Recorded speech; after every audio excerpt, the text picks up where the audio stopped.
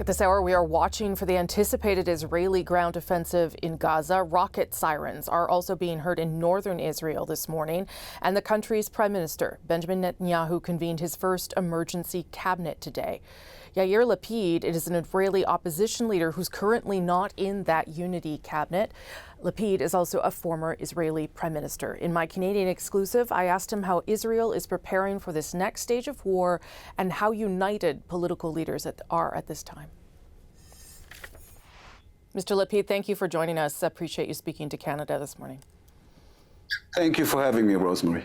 Tell me, what is the mood? What is it like in Israel right now? How are people doing? Bad. I went yesterday to visit some of the people who were evacuated from down south, and I met an elderly lady I know for many years, and I saw she was in a bad shape, and I said, "How are you?" And she said, "They killed my son, but at least I have cancer and I will die soon, so I won't suffer too much." This is the kind of stories, and we have also, we have pictures today who were released of babies who were beheaded. It goes under your skin in ways you don't remember. And on top of this, we have rockets and sirens, and I have a daughter with special needs, so we have to run with her to the bomb shelter every now and then, and it's quite complicated to explain to her without words why is it that terrorists want to kill her. What is your understanding of the goal of Israel's response in Gaza? Obviously, we expect things to ramp up, but what is the goal? We have to get rid of Hamas. When this ends, there will be no Hamas in Gaza, because we have realized we did our best, including the time I was prime minister, in order to give them work permits, in order to improve their economy, to work with them, and we got this as a response. So now it's going to be war until Hamas is out of Gaza. This pure evil has a name. It's called Yahya Sinwar. He is the equivalent. He's the Bin Laden of our time, and he doesn't know it yet, maybe. But he's a dead man walking, and his senior officers are dead men walking. And we will not stop until Hamas is gone from the Gaza Strip and gone from 5 minutes away from the houses of our children. Obviously, you know that there are concerns about the civilians in Gaza, and Israel has given them warnings to leave, to move away from the northern part of Gaza. What are your concerns about civilians who will be killed, who have already been killed as Israel defends itself? Well, first of all, I'm not the address for this question. It's a question you have to address, needs to be addressed to Hamas. We are doing something no army in the history of wars is doing, which is warning civilians and giving them enough time, even though we know we are also giving Hamas some time. Mm-hmm. We are telling them you have time to evacuate yourself because we don't want to hit people who has nothing to do with it. And right now, as President Biden has said today, the Americans, the Israelis, the UN, we're all together trying to make a corridor for them to leave the battle zone. And the only element who is trying to interfere with this is Hamas, who's trying to keep his own children and women and elderly there in order to use them as human shields. What kind of people do that? Go and beheading babies and then trying to do the same for their own people. So all the question about the humanitarian aspect of this should be addressed to Hamas.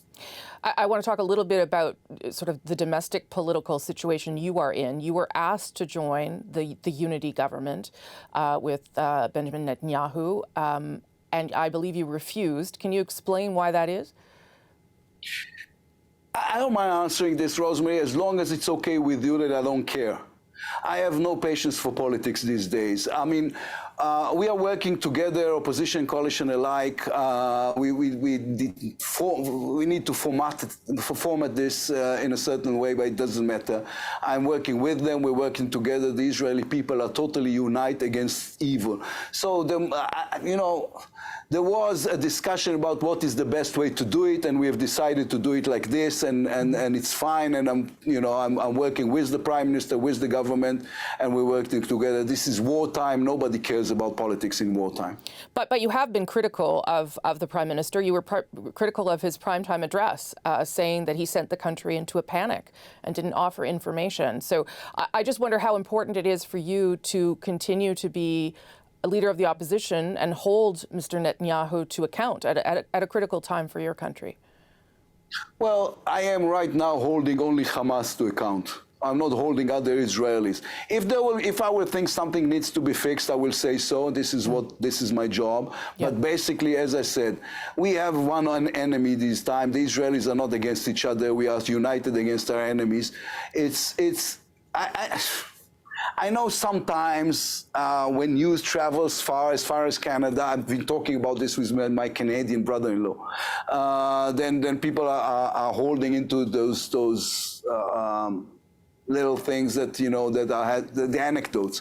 Basically, we're working very good together because we understand the threat is common. I mean, it's live and die or die for all of us together.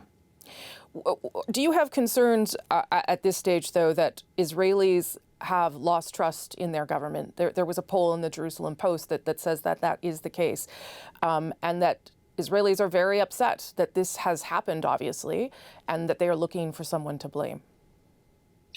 Well, I think Israelis are way more concerned about the fact that, you know, you have 7 seconds since the moment the siren is off till you have to be in the bomb shelter, sometimes with your children.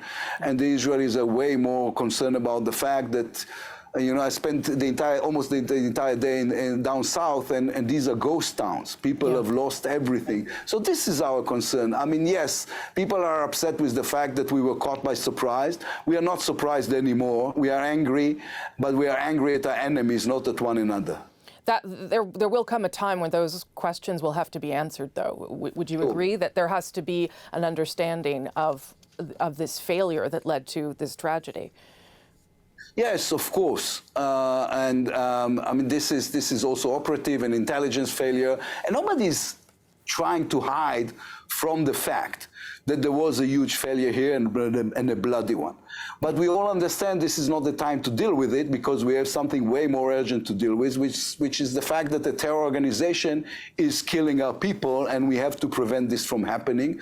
You know, last Saturday, a week from today, was this one single day in which most Jews were killed on since the Holocaust, since 1945. And I'm the son of a Holocaust survivor. And my late father used to tell us, we will never be refugees again.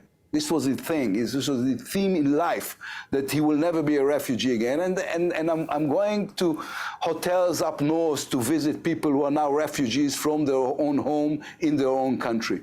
We are not going to tolerate this. Mr. Lapid, I know that you are in the midst of this. This is only fresh in your mind, but what is your hope or your understanding of whether peace is ever possible at this stage?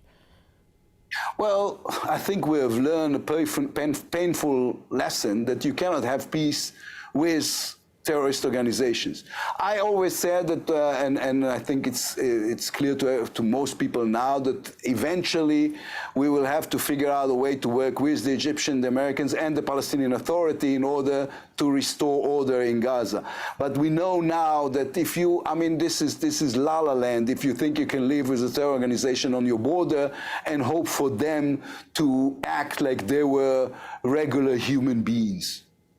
Finally, Mr. Lapid, as you know, there's a large Jewish community. You said your brother-in-law lives in Canada, in this country. Just wondering if you have a message. Here. Oh, he lives there. All right. Here. Okay. Yeah. Wondering if you have a message for Canadians, Jewish Canadians who have been watching what is happening there and are very concerned. Well, they have to remember that as painful as this moment is, this is why we have built and created and established this country. Jews will not be slaughtered again. We have now an army. We have the power to defend ourselves. We have the power to stand up to our enemies, and we will do so. Even if we have now the ability to get up from the floor and fight back, and this is what we'll do. And you know what, Rosemary, I'm not saying this only to Israel, to Canadian Jews. I'm saying this to all Canadians because we have really appreciated the wave of sympathy we got from Canada during these days. It is well appreciated and well felt here. You know, you need your friends in time of pain. This is a time of pain. So thank you. Mr. Lapid, thank you for the time. I hope we speak again under better circumstances. Appreciate your time very much. Thank you, Rosemary.